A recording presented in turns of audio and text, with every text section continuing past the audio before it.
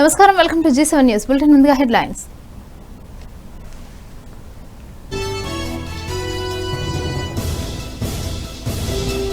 తెలంగాణలో బయటపడిన 2 ఒమిక్రాన్ కేసులు, గచ్చిబౌలి టీమ్స్ కు తరలించిన వైద్య శాఖ అధికారులు.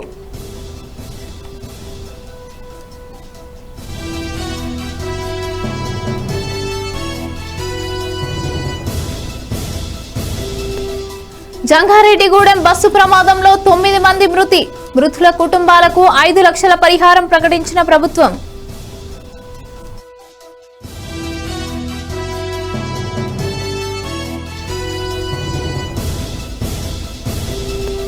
మెడికల్ డివైసెస్ పార్క్ లో 7 పరిశ్రమల ఆవిష్కరణ.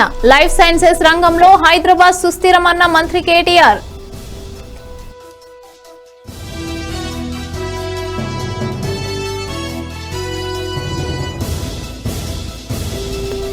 లోక్సభను కుదిపేసిన లఖింపూర్ ఘటన. రాజ్యసభలోనూ అదే గందరగోళ వాతావరణం.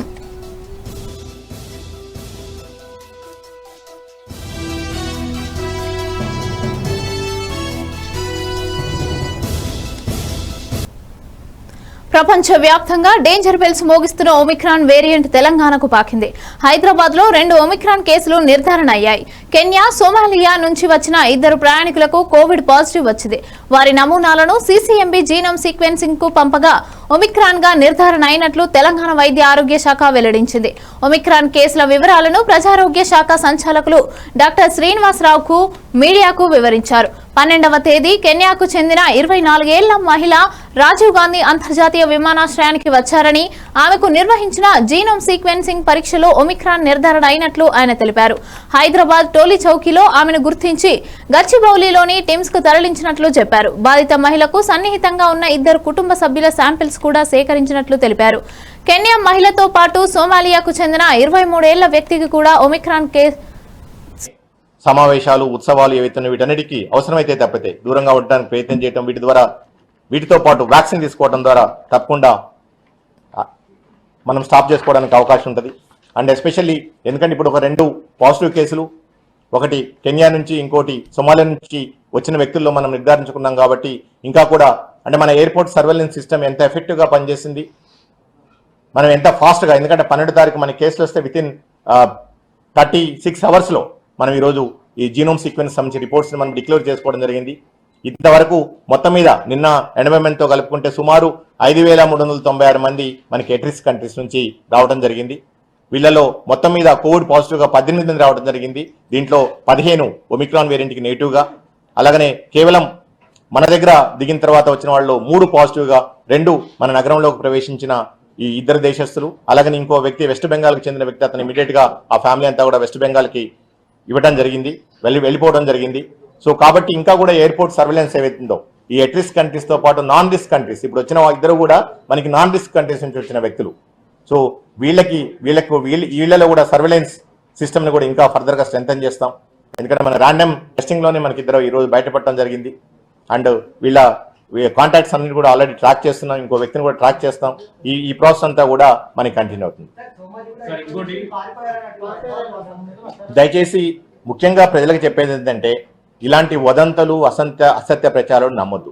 మేము నిన్న రాత్రి వచ్చిన తర్వాత ఈరోజు పొద్దున్నే ఇంత అర్జెంటుగా మీకు ప్రెస్ కాన్ఫరెన్స్ పెట్టడం అంటే మీ ద్వారా, మీడియా మిత్రుల ద్వారా, ఎలక్ట్రానిక్ ప్రింట్ మీడియా ద్వారా ప్రజలకి కరెక్ట్ సమాచారం ఇవ్వాలి. ప్రజల్ని భయభ్రాంతులు చేయొద్దు. ఓకే, ఆల్రెడీ అందరం మనం చాలా ఇబ్బందుల్లో ఉన్నాం గత 2 సంవత్సరాల నుంచి కూడా. ఇంకా కూడా ఆంధ్రప్రదేశ్లోని పశ్చిమ గోదావరి జిల్లాలో ఘోర ప్రమాదం జరిగింది. జంగారెడ్డిగూడెం సమీపంలో ఆర్టీసీ బస్సు అదుపు తప్పి జల్లేరు వాగులో పడడంతో 9 మంది ప్రయాణికులు మృతి చెందారు. మరో 9 మందికి గాయాలయ్యాయి. క్షతగాత్రులను జంగారెడ్డిగూడెం ప్రాంతీయ ఆసుపత్రికి తరలించి చికిత్స అందిస్తున్నారు.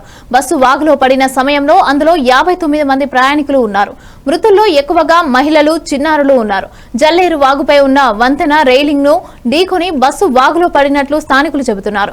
ఈ ప్రమాదంపై ఏపీ సీఎం జగన్ దిగ్భ్రాంతిని వ్యక్తం చేశారు. మృతుల కుటుంబాలకు 5 లక్షల చొప్పున పరిహారం అందించాలని అధికారులను ఆదేశించారు. ప్రమాదంలో గాయపడిన వారికి మెరుగైన చికిత్స అందించాలని జిల్లా కలెక్టర్ను కోరారు.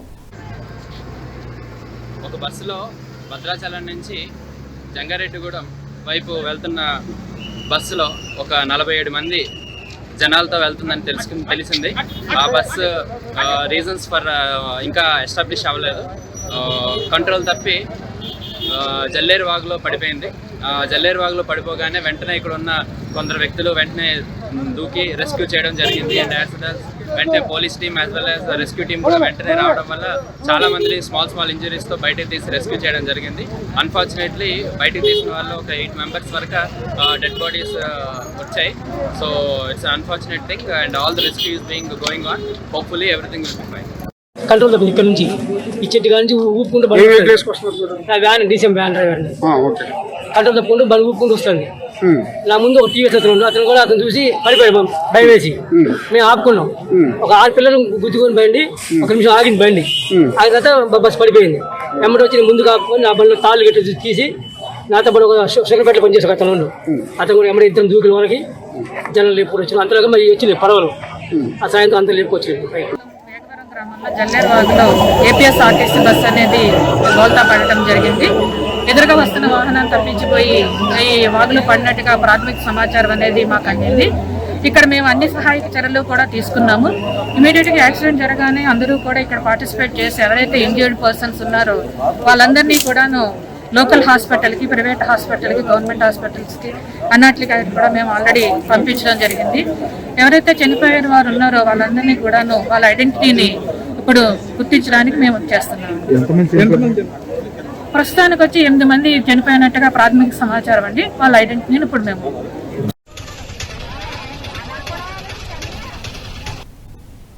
వైసీపీ ప్రభుత్వంపై టీడీపీ అధినేత చంద్రబాబు ధ్వజమెత్తారు. తాడేపల్లిలోని పార్టీ కేంద్ర కార్యాలయంలో చంద్రబాబు సమక్షంలో రిటైర్డ్ ఐపీఎస్ శేక్షావలి, నూర్ బాషా వర్గ నేతలు టీడీపీ తీర్థం పుచ్చుకున్నారు. అమరావతి గ్రాఫిక్స్ అంటున్న వైసీపీ నేతలు హైదరాబాద్ లో తాను ఏమి చేశానో చూడాలని సూచించారు. ఢిల్లీలో వైసీపీ ప్రభుత్వం బిచ్చం ఎత్తుకుంటోందని ఆరోపించారు. ఆంధ్రప్రదేశ్ ను ఆర్థిక కష్టాల నుంచి కాపాడాలని వేడుకుంటోందని, రాష్ట్ర ఆర్థిక పరిస్థితి చిన్నభిన్నం చేశారని చంద్రబాబు ధ్వజమెత్తారు. 2 కళ్లుగా ఉన్న అమరావతి, పోలవరాన్ని పొడి చేసి ఏపీని గుడ్డిగా మార్చారని ఆవేదన వ్యక్తం చేశారు. దేశమే గర్వించదగ్గ బిడ్డ అబ్దుల్ కలాం గారు ఎప్పటికీ జాతిని ఎక్కడికక్కడ చైతన్యవంతులు చేశారు. ఆయన జీవితం ఒక పేదరికంలో పుట్టిన వ్యక్తి అచంచలమైన విశ్వాసంతో ఏదైనా చేయగలుగుతామని నిరూపించుకున్న ఏకైక వ్యక్తి భారతదేశంలో ఒక అబ్దుల్ కలాం గారు. ఇప్పుడే కొంతమంది మిత్రులు మాట్లాడినప్పుడు జ్ఞాపకం వచ్చింది. నేను ఆ రోజు ఈ దేశానికి ఎవరైతే అధ్యక్షులుగా ఉంటే బాగుంటుందో ఆలోచించినప్పుడు నేను గట్టిగా నచ్చజెప్పి వాజ్పేయి గారికి ఈ సమయంలో ఒక్క అబ్దుల్ కలాం గారైతేనే ఈ దేశం యొక్క ప్రతిష్ట పెరుగుతుందని చెప్పి గట్టిగా చెప్పి అప్పటికే ఒక నిర్ణయానికి వచ్చిన అభ్యర్థిని కాదని అబ్దుల్ కలాం చేశామంటే అది నాకెంతో తృప్తినిచ్చింది, ఆనందాన్ని ఇచ్చింది, గర్వపడుతున్నానని చెప్పి మీకు తెలియజేస్తున్నా. నేను చెప్పడం కాదు, ఇది ఆయన జీవిత బయోగ్రఫీలో ఆయన రాశాడు. ఆ పుస్తకం ఉంది. కాబట్టి ఓసారి తృప్తినిచ్చే పనులు కొన్ని జీవితాల్లో ఉంటాయి. కొన్నిసార్లు మనం చేయగలిగే అవకాశాలు వస్తాయి. అవకాశాలు వచ్చినప్పుడు సమాజ హితం కోసం మనం పనిచేస్తే అది సమాజానికి ఉపయోగపడుతుంది తప్ప మన స్వార్థం కోసం పనిచేస్తే చాలా సమస్యలు వస్తాయి. ఈ విషయంలో ఇక్కడ మిత్రులందరూ వచ్చారు. మీరంతా ఇప్పుడు కూడా శేక్షావలి గారు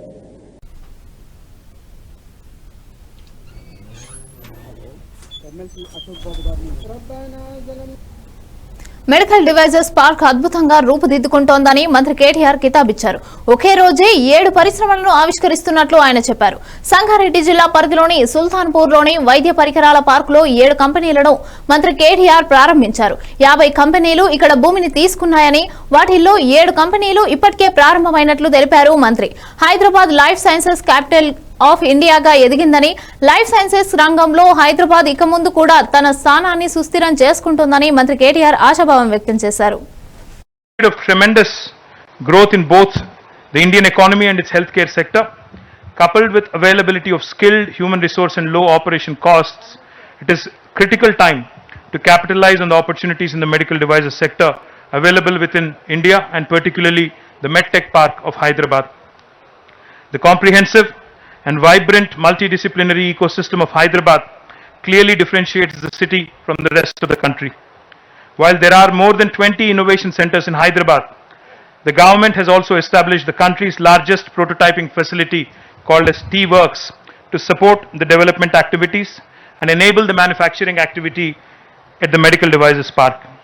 In addition, Hyderabad has numerous companies with expertise in plastics, precision engineering, electronics, etc., all of which are extremely vital for the medical device innovators and manufacturers.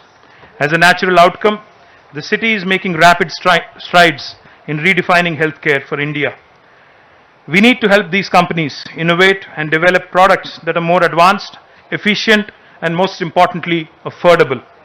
We also have to help companies build products that are relevant to our region, thereby helping to reduce imports. It is in this context, our focus is not only helping the medtech industry establish their manufacturing centers, but also supporting innovation and research and development, which will ultimately lead to large-scale manufacturing. And hence, we have adopted an end-to-end approach for promoting growth in this sector with large thrust on promoting design and development of innovative medical devices, to oxygen concentrators, to personal protection equipment, and all other medical supplies have propelled growth. TDP అధినేత చంద్రబాబుపై ఉన్న నమ్మకంతోనే రైతులు అమరావతికి 33,000 ఎకరాలు ఇచ్చారని TDP రాష్ట్ర ప్రధాన కార్యదర్శి అనురాధ స్పష్టం చేశారు. టీడీపీ కార్యాలయంలో ఆమె మీడియాతో మాట్లాడారు. అమరావతిని రాజధానిగా కొనసాగించి ఉంటే రాష్ట్రానికి 2 లక్షల కోట్ల ఆదాయం వచ్చి ఉండేదని తెలిపారు. రాజధానిపై కులముద్ర వేసి సంపదకు గండికొట్టారన్నారు. విశాఖను దోచుకోవడానికి అమరావతిపై విష ప్రచారం చేశారని మండిపడ్డారు. సీడ్ పార్క్ గాని, సోలార్ పవర్ ప్లాంట్ గాని, ఉర్దూ యూనివర్సిటీలు గాని, అదేవిధంగా చిత్తూరులో హీరో మోటార్స్ గాని, హెచ్సిఎల్ గాని, సెల్కాన్ గాని, శ్రీ సిటీ గాని, ఇలాగా అనేక రకాలుగా రాయలసీమను కూడా అభివృద్ధి పదంలో పరుగులు పెట్టించిన ఘనత చంద్రబాబు నాయుడు గారిది. ఇంత జరిగితే వైసీపీ ప్రభుత్వం, చేతగాని ప్రభుత్వం, ముందు చూపు లేని ఈ ప్రభుత్వం ఏ రకంగా మాట్లాడింది అని అంటే, రాజధానికి 1,00,000 కోట్ల అవుద్దని తప్పుడు ప్రచారం చేయటం జరిగింది. కులముద్ర వేశారు, దానికి ఒక కులానికి అంటగట్టి ముద్ర వేశారు. 15 ఎస్సీ బీసీ బడుగు బలహీన వర్గాల నియోజకవర్గాలు ఈ రాజధాని చుట్టూ ఉన్నాయి అనే విషయం మర్చిపోయారు వైసీపీ వాళ్ళు. బడుగు బలహీన వర్గాల్ని నాశనం చేసే విధంగా అమరావతి మీద తప్పుడు ప్రచారాలు చేశారు. ముంపు ప్రాంతం అని అన్నారు, ఎడారి అన్నారు. అసలు ముంపు ప్రాంతంకి ఎడారికి ఏమైనా సంబంధం ఉందా? ముంపు ప్రాంతం అంటే బాగా నీళ్ళొచ్చి మునిగిపోయే పరిస్థితి. ఎడారి అంటే అసలు నీళ్లే ఉండవు. సంబంధం లేకుండా తప్పుడు ప్రచారం చేశారు. ముంపు ప్రాంతం అన్నారు, ఎడారి అన్నారు, తర్వాత శ్మశానం అన్నారు, తర్వాత ఇక్కడేదో ఇన్సైడ్ ట్రేడింగ్ చేసి లోపాయకారిగా బినామీ పేర్లతో ఏదో అందరూ కూడా భూములు కొనేసుకున్నారని తప్పుడు ప్రచారం చేసి చివరికి కోర్టు మొట్టికాయలేస్తే నోరు మూసుకొని కూర్చున్న పరిస్థితి వైసీపీది. రియల్ ఎస్టేట్ వ్యాపారం జరుగుతుందన్నారు, రైతుల్ని పెయిడ్ ఆర్టిస్టులు అన్నారు. అనంతపురం జిల్లా పెనుకొండ నియోజకవర్గం అమరావతి ప్రజలు చేపట్టిన పాదయాత్రకు సంఘీభావం తెలుపుతూ ఈ రోజు మాజీ ఎమ్మెల్యే బీకే పార్థసారథి ఆధ్వర్యంలో స్థానిక ఎన్టీఆర్ సర్కిల్ నుండి తోటగేరి వెంకటేశ్వర దేవస్థానం వరకు ర్యాలీ నిర్వహించి వెంకటేశ్వర స్వామివారిని దేవస్థానంలో ప్రత్యేక పూజలు నిర్వహించారు. హిందూపురం పార్లమెంట్ అధ్యక్షులు బీకే పార్థసారథి ఈ కార్యక్రమంలో రాష్ట్ర స్థాయి నాయకులు, జిల్లా స్థాయి నాయకులు, నియోజకవర్గం నాయకులు, మండలాల నాయకులు, మహిళా కమిటీ నాయకులు, కార్యకర్తలు, అభిమానులు తదితరులు పాల్గొన్నారు. వచ్చిన తర్వాత మాట మార్చడం జరిగింది.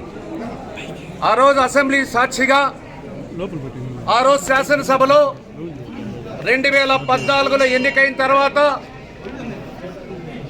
రాజధాని విషయమై ఆ రోజు తీర్మానం ప్రవేశపెట్టిన సందర్భంలో ప్రతిపక్ష నాయకుడిగా జగన్మోహన్ రెడ్డి 33,000 ఎకరాలు రాజధాని అమరావతి కోసం రైతాంగం ముఖ్యంగా ఫ్రీగా ఇవ్వడం జరిగింది. దాన్ని పురస్కరించుకొని ఆ రోజు వైఎస్ఆర్ పార్టీ జగన్మోహన్ రెడ్డి కూడా మా వంతు కూడా సహాయం అందిస్తాం, పూర్తి మద్దతు ఇస్తామని ఆ రోజు తెలియజేయడం జరిగింది.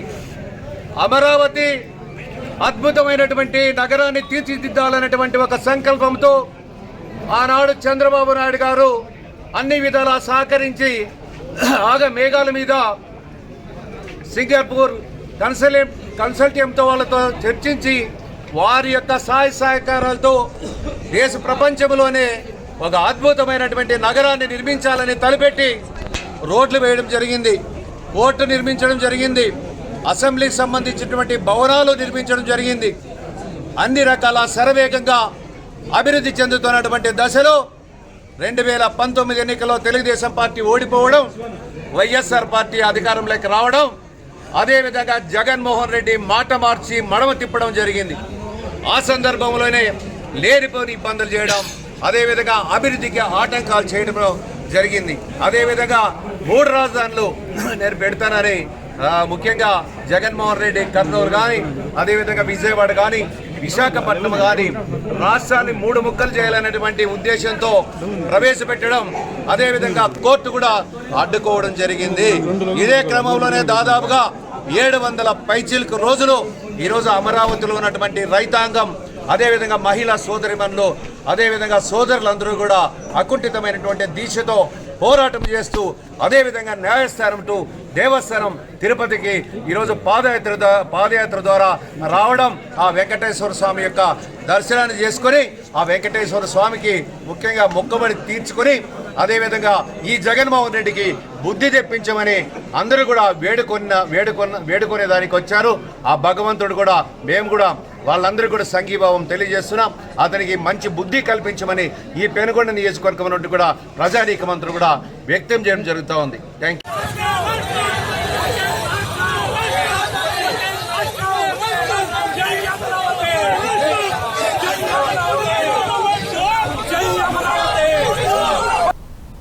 మంగళగిరిలో పేదలతో కలిసి టీడీపీ జాతీయ ప్రధాన కార్యదర్శి నారా లోకేష్ ర్యాలీ నిర్వహించారు. అనంతరం మంగళగిరి తహసీల్దార్కు వినతిపత్రం సమర్పించారు. ఈ సందర్భంగా లోకేష్ మాట్లాడుతూ పేదల ఇళ్ల తొలగింపు నోటీసును ఉపసంహరించాలని డిమాండ్ చేశారు. మంగళగిరిలో నిర్మిస్తున్న డివైడర్లో అవకతవకలు జరిగాయని ఆరోపించారు. లోకేష్ వస్తే పేదల ఇళ్లు తొలగిస్తారు అని చెప్పి ఓట్లు వేయించుకున్నారని, అదే పని ఎమ్మెల్యే ఆర్కే చేస్తున్నారని లోకేష్ ఎద్దేవా చేశారు. ఎమ్మెల్యే గారు డివైడర్ ఎవరు తీశారు చెప్పండి, ప్రజలు చెప్పండి సమాధానం. ఎందుకు టెండర్ జారీ చేసే ముందర డివైడర్ మాయమైంది, ఎవరు తీశారు? ఈరోజు మనం చూస్తున్నాం ఇసుక దందా ఎంత జరుగుతుందో, పెద్ద పెద్ద బండ్లు నడుస్తున్నాయి, భవన నిర్మాణ కార్మికులు బయటకు వస్తున్నారు, మాకు ఇసుక దొరకట్లేదు అని వాళ్ళు గగ్గోలు పెడుతున్నారు. ఎవరు తింటున్నాడు ఇసుక డబ్బులు? ఎమ్మెల్యే గారు తింటున్నారా లేదంటే ఏకంగా ముఖ్యమంత్రి గారే తింటున్నారా ఈ డబ్బులు? ఆయన సమాధానం చెప్పమనండి. చంద్రబాబు నాయుడు గారు ముఖ్యమంత్రిగా ఉన్నప్పుడు చాలా చౌక ధరగా ఇసుక ఉచితంగా ఇచ్చాము. ఇసుక ఇన్ఫాక్ట్ లోడింగ్ ఛార్జీలు తప్ప ఉచితంగా ఇచ్చినాం. ఇప్పుడు ఏమైందో మీరే చూస్తున్నారు, నాకు సమాధానం చెప్పమని. అంటే మద్యం ధరలు ఎందుకు పెంచారు ఎమ్మెల్యే గారు చెప్పండి, మీరే చెప్పండి. ఇప్పుడు కరెంట్ ఛార్జీలు మళ్ళీ ఎందుకు పెంచుతున్నారు ఎమ్మెల్యే గారు, మీరే చెప్పండి. అవినీతి కాదా ఇదంతా? ఇప్పుడు ప్రాబ్లం ఏంటంటే వాళ్ళ నాయకుడు జగన్ రెడ్డికే అవగాహన లేదు, సబ్జెక్ట్ లేదని సలహాదారుడు తేల్చేశాడు. నేను రాత్రి క్లియర్గా చెప్పేశాడు సలహాదారుడు, మా జగన్ రెడ్డికి సబ్జెక్ట్ తెలియదు అని చెప్పేశాడు సలహాదారుడు. ఆయనకే తెలియదు, ఇంక ఎమ్మెల్యేలకి ఏం తెలుస్తాయి ఆ సబ్జెక్ట్? అవగాహన లేని వాళ్ళు, లక్తో గెలిచిన వాళ్ళు, మాయ మాటలు చెప్పి పేదవాళ్ళకి మాయ మాటలు చెప్పి గెలిచిన వాళ్ళు ఈరోజు ఏకంగా పేదవాళ్ళకి పొట్టగొడుతున్నారు. థ్యాంక్యూమా. అవును, నేను కార్నిక్ మెల్లన్ చదివాను, 2 సంవత్సరాలు అమెరికాలో పనిచేశాను, 2 సంవత్సరాలు స్టాన్ఫర్డ్ MBA చేశాను. నాకు నిజంగానే అవగాహన లేదు అట్లయితే. 2.5 సంవత్సరాలుగా పంచాయతీరాజ్ గ్రామీణ అభివృద్ధి మరియు IT శాఖ మంత్రిగా పనిచేశాను. నేను మంత్రిగా ఉన్నప్పుడే తీసుకొచ్చిన IT కంపెనీలు ఈరోజు మంగళగిరిలో ఉన్నాయి, గుర్తుపెట్టుకోండి. సుమారుగా 2000 మంది పనిచేస్తున్నారు మంగళగిరి నియోజకవర్గంలో IT పరిశ్రమలు. నేను తీసుకొచ్చిన IT పరిశ్రమలు, గర్వంగా చెప్తాను, నేను తీసుకొచ్చిన IT పరిశ్రమలు. ఆ రోజు నేను శాసనసభ్యుడిగా నిలబడతానని ఆలోచన కూడా లేదు నాకు ఆ రోజు. అయినా నేను తీసుకొచ్చా, ఎందుకంటే మంగళగిరికి మంచి అవకాశం ఉంది ఒక IT హబ్గా మారేదానికని నేను తీసుకొచ్చిన IT పరిశ్రమ. ఆయన ఎన్ని తీసుకొచ్చినాడని? కనీసం ఒక్కడికైనా ఉద్యోగం ఇచ్చినాడు ఆయన? నేను ఆ రోజు IT పరిశ్రమలు తీసుకొస్తానంటే ఇదే పేదవాళ్ళ దగ్గరికి వెళ్ళి మిల్లు కొట్టేస్తానని చెప్పినాడు ఎమ్మెల్యే. అవునమ్మా? లోకేష్ గెలిస్తే ఇల్లు కొట్టేస్తా అన్నాడు. ఇప్పుడు ఆయన ఇల్లు కొట్టేస్తున్నారు. పట్టాలు కూడా ఇస్తానండి. ఇప్పుడు పేదవాళ్ళు ఇల్లే ఆయన కొట్టేస్తున్నారు. అట్లానే ఒక ఐటీ పరిశ్రమ తీసుకొచ్చినాడు, ఒకరికైనా ఉద్యోగం ఇచ్చినాడు లే. 2.5 సంవత్సరాలు నేను మంత్రిగా చేశాను, నేను తీసుకొచ్చా. ఇంకా నాకు అవగాహన లేదండి, ఇంకా ఆయనకి ఎంత అవగాహన ఉందో మనకు అర్థమవుతుంది సబ్జెక్ట్. అమరావతి రైతులకు మద్దతుగా కళ్యాణదుర్గంలో భారీ ట్రాక్టర్ల ర్యాలీ నిర్వహించారు. అనంతపురం జిల్లా కళ్యాణదుర్గం పట్టణంలోని ఎన్టీఆర్ భవన్ నుంచి వందలాది మంది కార్యకర్తలతో బయలుదేరిన టీడీపీ భారీ ర్యాలీ వాల్మీకి సర్కిల్ వరకు, అక్కడి నుంచి ఆర్డీఓ కార్యాలయం వరకు నిర్వహించారు. ఈ ర్యాలీలో నియోజకవర్గ ఇన్ఛార్జి ఉమామహేశ్వర్ నాయుడు ట్రాక్టర్ నడిపి కార్యకర్తల్లో ఉత్సాహం నింపారు. ఏపీకు ఒకే రాజధాని ఉండాలని, అది కూడా అమరావతి నగరాన్ని అభివృద్ధి చేయాలని నినాదాలు చేస్తూ ర్యాలీ కొనసాగించారు. అనంతరం ఆర్డీఓ కార్యాలయం ముందు ప్రభుత్వానికి సీఎం జగన్ కు వ్యతిరేకంగా నినాదాలు చేశారు. అమరావతినే రాజధానిగా కొనసాగించాలన్నారు. ఈ సందర్భంగా ఇన్ఛార్జ్ ఉమా మాట్లాడుతూ ఎంతో ప్రయాసాలతో కోర్చిన అమరావతి రైతుల ఉద్యమానికి తాము అండగా నిలబడి ఉంటామని, అమరావతి నిర్మాణం చేపడతామని, ప్రభుత్వం ప్రకటన ఇచ్చేదాకా అమరావతి రైతులకు మద్దతునిస్తామని ఉమా స్పష్టం చేశారు. నియోజకవర్గంలో పెద్ద ఎత్తున ర్యాలీ కార్యక్రమం చేశాం. వేల మంది ప్రజలు వచ్చి స్వచ్ఛందంగా అమరావతి మనకు కావాలి అని చెప్పి నినదించడం జరిగింది. అందుకోసం మనమందరూ, మేము తెలుగుదేశం పార్టీ కార్యకర్తలే కాకుండా రాష్ట్రంలో ఉన్నటువంటి 5 కోట్ల మంది ఆంధ్రులు అమరావతిని రాజధానిగా చేసుకోవాలి, అమరావతి రాజధాని ఉంటేనే మన పిల్లల భవిష్యత్తు కోసం మనకు ఉంటుందని చెప్పి సందర్భంగా మరొకసారి తెలియజేస్తూ, ఎందుకంటే రాజధాని మనకి ఇల్లు లేకపోతే మనం ఎక్కడ ఉంటాం, సాయంత్రం అయితేనే ఇంటికి పోతాం. ఆ విధంగా మనకు రాజధాని అనేది లేకపోతే, రాష్ట్రానికి రాజధాని లేకపోతే ఏ విధంగా పరిపాలన జరుగుతుందనేది ఈరోజు ఆలోచన చేయాల్సిన అంశం. అదే అసెంబ్లీలో కూర్చొని మొన్ననే రాష్ట్ర ప్రజా సమస్యల కోసం చంద్రబాబు నాయుడు గారు పోరాడితే అమరావతి పోలవరం మనకు 2 కళ్ళు. అమరావతిని శ్మశానం చేశారు. పోలవరం సెంట్రల్ నిధులు ఇస్తున్నటువంటి పోలవరాన్ని కూడా దాన్ని భూస్థాపితం చేసే కార్యక్రమం, నత్తనడక నడిపించే కార్యక్రమం చేస్తున్నారంటే ఈ రాష్ట్రం మీద జగన్మోహన్ రెడ్డి గారికి ఎంత ప్రేమ ఉందనేది మనం అందరూ ఆలోచన చేయాలి. అందుకోసం మనం కంపల్సరీగా అమరావతి, అక్కడ మనకు రాష్ట్రం నిలబడాలన్నా, పోలవరం ద్వారా మనకు అభివృద్ధి సాగించాలన్నా, మన ప్రాంతానికి నీళ్లు రావాలన్నా, మన కుటుంబానికి సంబంధించిన సంపద పెరగాలన్నా, భవిష్యత్తు తరాల మన పిల్లలు భవిష్యత్తు బాగుండాలన్నా అన్ని విధాలుగా చంద్రబాబు నాయుడు గారి నాయకత్వంలోనే. పశ్చిమ గోదావరి జిల్లా పాలకొల్లు గాంధీ బొమ్మ సెంటర్లో డాక్టర్ బిఆర్ అంబేద్కర్, బాబు జగజీవన్ రావు, మహాత్మా జ్యోతిరావు పూలే విగ్రహాలకు పూలమాలలు వేసి ఎంఆర్పీఎస్ నాయకులు నివాళులర్పించారు. ఎంఆర్పీఎస్ జాతీయ అధ్యక్షుడు తెన్నేటి కిషోర్, ఎంఆర్పీఎస్ నాయకులు గాంధీ బొమ్మల సెంటర్ నుండి మార్కెట్ యార్డు వరకు ర్యాలీ నిర్వహించి మాదిగల స్వయం ఆత్మగౌరవ సభ నిర్వహించారు. ఈ సందర్భంగా ఎంఆర్పీఎస్ జాతీయ అధ్యక్షుడు తెన్నేటి కిషోర్ మాట్లాడుతూ, గత 30 సంవత్సరాలుగా మాదిగలకు తెలుగు రాష్ట్రాల్లో అన్యాయం జరుగుతోంది. పార్లమెంట్ శీతాకాల సమావేశాల్లో ఎస్సీ వర్గీకరణ చేపట్టి మాదిగలకు న్యాయం జరిగేలా కేంద్ర ప్రభుత్వం చూడాలన్నారు. విద్యా ఉద్యోగాల్లో మాదిగ జాతికి తీవ్ర అన్యాయం జరిగిందని తెలిపారు. గత ఎన్నికల్లో బీజేపీ ఎస్సీ వర్గీకరణ చేస్తానని హామీ ఇచ్చిందని నేటికి నెరవేర్చలేదన్నారు. రేపు జరగబోయే 5 రాష్ట్రాల ఎన్నికల్లో బీజేపీని పార్టీని ఓడించి మాదిగల సత్తా ఏమిటో చూపిస్తామని హెచ్చరించారు. ప్రాధాన్యత కలగాలంటే తప్పనిసరిగా షెడ్యూల్ కులాల వర్గీకరణ చేయాలని చెప్పేసి ఒక లక్ష్యంతో ఈరోజు మేము పోరాటం చేస్తూ ఉన్నాం. ఈ పోరాటం అనేకమైనటువంటి ప్రాణత్యాగాలతో కూడుకున్నటువంటి పోరాటం. ఎక్కడా కూడా ఏదో ఆడటానికో పాడటానికో మేము సంతోషించడానికో ఏదో మా యొక్క ఉనికి చాటడానికో కాదు. కేవలం మా జాతిలో చదువుకున్నటువంటి బిడ్డలు ఆర్థికంగా, రాజకీయంగా, పారిశ్రామిక రంగాల్లో, విద్యారంగాల్లో నష్టపోయారు. తప్పనిసరిగా షెడ్యూల్ కులాలకు ఇచ్చినటువంటి రిజర్వేషన్ని పంచి ఇచ్చి మా జాతికి న్యాయం చేయండి అని చెప్పేసి చెప్తా ఉన్నాం. గత ఎలక్షన్ల సాక్షిగా, గత ఎన్నికల క్యాంపెయినింగ్ సాక్షిగా స్పష్టంగా అధికారంలోకి వచ్చిన కొన్ని రోజుల్లోనే షెడ్యూల్ కులాల వర్గీకరణ చేస్తామన్నటువంటి బీజేపీ పార్టీ ఇప్పటి వరకు కూడా షెడ్యూల్ కులాల వర్గీకరణ చేయకుండా మాదిగ జాతిని అన్యాయం చేస్తుందన్న విషయాన్ని మనవి చేస్తా ఉన్నాం. ఈ జాతిని కేవలం ఓట్ బ్యాంక్గానే చూస్తూ, కేవలం ఎన్నికలు వచ్చినప్పుడే బీజేపీ పార్టీలో ఉన్నటువంటి ఉత్తరప్రదేశ్లోని లఖింపూర్ కేరీలో జరిగిన హింసాత్మక ఘటనపై లోక్సభలో విపక్షాలు ఆందోళనకు దిగాయి. ఈ ఘటన ముందస్తు ప్రణాళికతో చేసిన కుట్రే అని సిట్ వెల్లడించింది. దీంతో ఈ ఘటనపై ప్రతిపక్షాలు చర్చకు పట్టుబట్టాయి. కాంగ్రెస్ అగ్రనేత రాహుల్ గాంధీ దీనిపై లోక్సభలో వాయిదా తీర్మానాన్ని ప్రవేశపెట్టారు. ఘటనపై ఆరోపణలు ఎదుర్కొంటున్న కేంద్ర మంత్రి అజయ్ మిశ్రాను వెంటనే పదవి నుంచి తొలగించాలని డిమాండ్ చేశారు. అయితే రాహుల్ అభ్యర్థనను స్పీకర్ అంగీకరించలేదు. దీంతో విపక్ష సభ్యులు ఆందోళన చేపట్టారు. ప్లకార్డులతో వెల్లోకి దూసుకు వెళ్లారు. వారి ఆందోళన నడుమే స్పీకర్ ప్రశ్నోత్తరాలు చేపట్టారు. విపక్ష సభ్యులు తమ సీట్లలో కూర్చోవాలని స్పీకర్ వారించారు. ఇది సరైన పద్ధతి కాదని, సభ మర్యాదలను సభ్యులు కాపాడాలని కోరారు. అయినప్పటికీ వారు వెనక్కి తగ్గకపోవడంతో ఆగ్రహం వ్యక్తం చేసిన స్పీకర్ సభను వాయిదా వేశారు.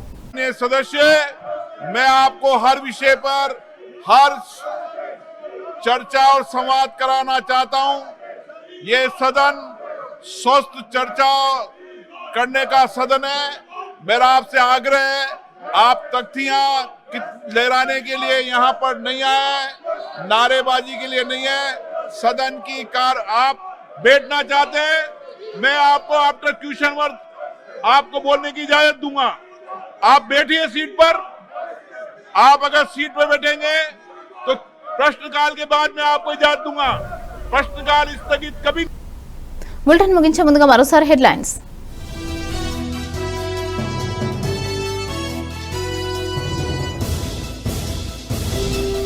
తెలంగాణలో బయటపడిన 2 ఒమిక్రాన్ కేసులు. గచ్చిబౌలి టీమ్స్ కు తరలించిన వైద్య శాఖ అధికారులు.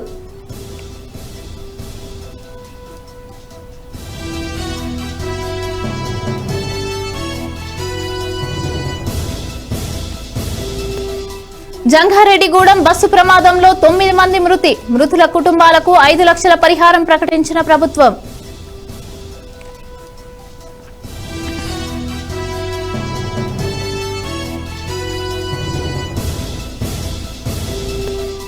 మెడికల్ డివైజెస్ పార్క్ లో 7 పరిశ్రమల ఆవిష్కరణ. లైఫ్ సైన్సెస్ రంగంలో హైదరాబాద్ సుస్థిరమన్న మంత్రి కేటీఆర్.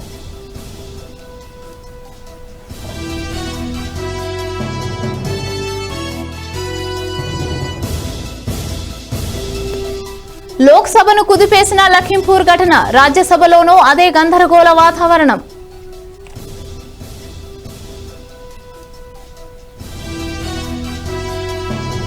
ఇవి bulletin updates. Keep watching G7 news.